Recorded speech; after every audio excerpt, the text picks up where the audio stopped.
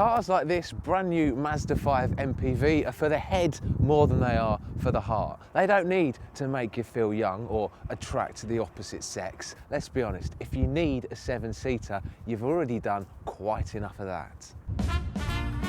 So we'll be entirely rational and start with value.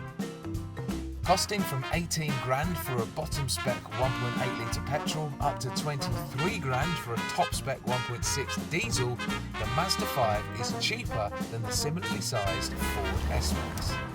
In the middle of the range is this 2-litre petrol sport model, which costs £21,000. Considering that you get heated leather seats, Bluetooth, cruise control, and the engine's quite refined and comes with stop-start, it does seem very good value. If you want to make the most out of the value though, you're best off not getting the petrol version and getting the 1.6 litre diesel. So, on to the next important factor for any rational MPV buyer, space. Again, the 5 keeps the head happy. Like all 7-seaters, it's got a massive boot with the rear seats down,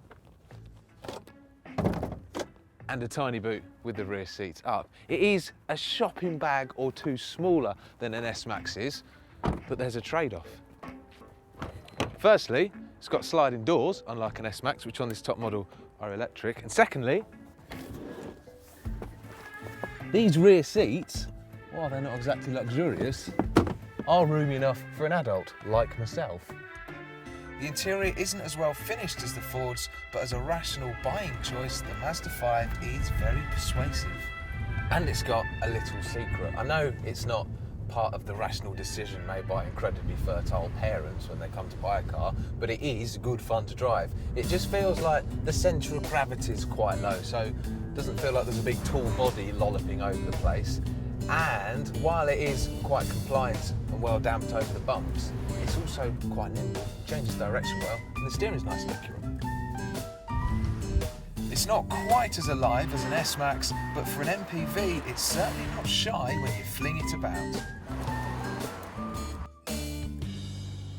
But to be honest, the reasonable handling is just a bonus, really. Overall, the Mazda 5 isn't quite as polished as a Ford S-Max, but it is better value. And for frugal mums and dads, that could be all that matters.